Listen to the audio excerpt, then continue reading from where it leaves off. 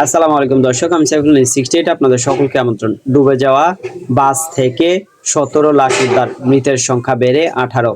রাজবাড়ীর গোয়ালন্দ উপজেলার দৌলতিয়া ঘাটে পুন্টন থেকে পদ্মা নদীতে পড়ে যাওয়া বাসটি ৬ ঘন্টা টেনে তুলেছে উদ্ধারকারী জাহাজ হামজা।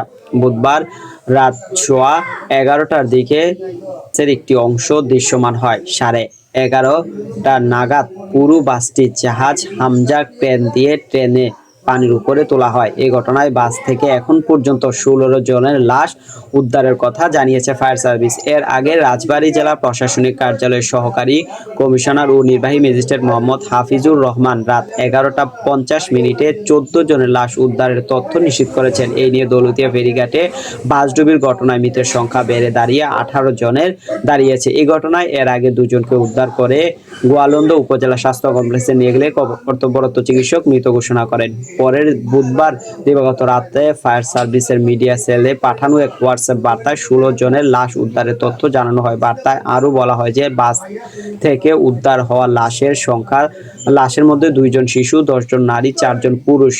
বুধবার বিকেলে সোয়া ৫টার দিকে দৌলতিয়া ঘাটে নদীতে অপেক্ষমাণ ঢাকাগামী একটি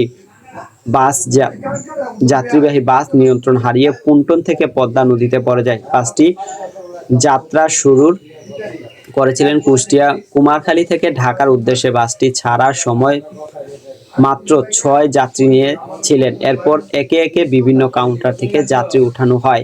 সব মিলিয়ে বাসটিতে কমপক্ষে ৫০ জন যাত্রী ছিলেন বলে মাস্টার জানিয়েছে। ঘটনাস্থলে রাজবাড়ী জেলা প্রশাসক সুলতানা আক্তার সাংবাদিকদের বলেন যে বাস ডুবে যাওয়ার ঘটনায় প্রধানমন্ত্রী তারেক রহমান ফোন করে খোঁজ খবর নিয়েছেন। তিনি দ্রুত গতিতে প্রয়োজনীয় ব্যবস্থা গ্রহণের কথা বলেছেন। একই সঙ্গে তাকে অবগত করার কথাও বলেছেন। দুর্ঘটনা বিষয়টি একটি উচ্চ পর্যায়ে তদন্ত কমিটি গঠন কাজ চলমান রয়েছে বলে জানান জেলা প্রশাসক। কমিটিতে জেলা প্রশাসক প্রতিনিধি ও রয়েছে। দর্শক, সাবস্ক্রাইব করবেন, লাইক করবেন, শেয়ার করুন, কমেন্ট করতে ভুলবেন না।